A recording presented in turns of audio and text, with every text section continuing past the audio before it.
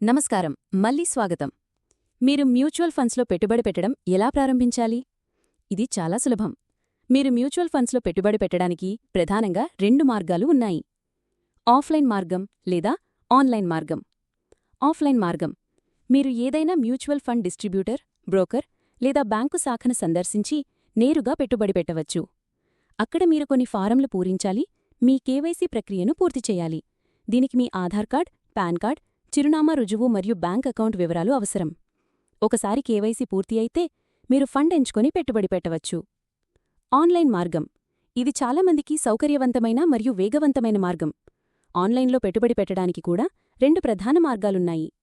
Fund house website ద్వారా మీరు నేరుగా మీకు నచ్చిన మ్యూచువల్ ఫండ్ కంపెనీ వెబ్సైట్కు వెళ్లి పెట్టుబడి పెట్టవచ్చు. ఆన్లైన్ ప్లాట్ఫామ్ల ద్వారా ఎన్నో ఆన్లైన్ ప్లాట్ఫామ్లు ఉన్నాయి. ఇవి మీకు వివిధ ఫండ్ హౌసుల నుంచి ఫండ్స్ను ఒకేచోట ఎంచుకునే వెసులుబాటును కల్పిస్తాయి. ఉదాహరణకు MF utility, grow, Zerodha coin, Paytm money వంటివి. వీటిలో కూడా మీరు కేవైసీ పూర్తి చేసి పెట్టుబడి పెట్టవచ్చు. మరి మీరు పెట్టుబడి పెట్టేటప్పుడు రెగ్యులర్ ప్లాన్ మరియు డైరెక్ట్ ప్లాన్ అనే 2 రకాలు చూస్తారు. రెగ్యులర్ ప్లాన్ ఇది బ్రోకర్లు లేదా డిస్ట్రిబ్యూటర్ల ద్వారా పెట్టుబడి పెట్టే మార్గం. మీరు పెట్టుబడి పెట్టడంలో సహాయం చేసినందుకు ఆ డిస్ట్రిబ్యూటర్కు ఫండ్ హౌస్ నుంచి కొంత కమిషన్ వెళ్తుంది. ఈ కమిషన్ మీ ఎక్స్పెన్స్ రేషియోలో భాగంగా ఉంటుంది. ఈ ప్లాన్ ఎక్స్పెన్స్ రేషియో సుమారు 1.5% అనుకుంటే మీరు ₹1,00,000 పెట్టుబడి నుంచి ఏటా ₹1,500 నిర్వహణ ఖర్చు కింద తీసివేయబడుతుంది. డైరెక్ట్ ప్లాన్ ఇది మీరు నేరుగా మ్యూచువల్ ఫండ్ కంపెనీతో పెట్టుబడి పెట్టడం. ఇక్కడ డిస్ట్రిబ్యూటర్ లేదా బ్రోకర్ ఉండరు కాబట్టి ఎటువంటి కమిషను ఉండదు. దీనివల్ల డైరెక్ట్ ప్లాన్ ఎక్స్పెన్స్ రేషియో తక్కువగా ఉంటుంది. దీర్ఘకాలంలో ఇది మీ రాబడిపై ఎక్కువ ప్రభావం చూపుతుంది. ఈ ప్లాన్ ఎక్స్పెన్స్ రేషియో సుమారు 0.75% అనుకుంటే మీరు ₹1,00,000 పెట్టుబడి నుంచి ఏటా కేవలం ₹750 మాత్రమే నిర్వహణ ఖర్చు కింద తీసివేయబడుతుంది.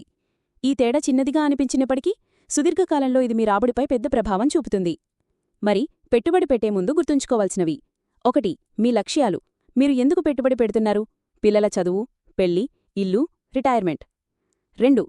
రిస్క్ సామర్థ్యం. మీరు ఎంత రిస్క్ తీసుకోగలరు? 3. గత పనితీరు. ఫండ్ గతంలో ఎలా పనిచేసిందో చూడండి, కాని గత పనితీరు భవిష్యత్ రాబడికి హామీ కాదని గుర్తుంచుకోండి. ఈ విషయాలన్నీ పరిగణనలోకి తీసుకుని మీరు పెట్టుబడి ప్రయాణాన్ని ప్రారంభించవచ్చు. మీ మొదటి పెట్టుబడి చిన్న మొత్తంతో మొదలుపెట్టి నెమ్మదిగా పెంచుకుంటూ వెళ్లడం మంచిది. తరువాతి ఎపిసోడ్లలో మనం మరింత లోతైన విషయాలను చర్చిద్దాం. అప్పటివరకు సంతోషంగా పెట్టుబడి పెట్టండి. ధన్యవాదాలు.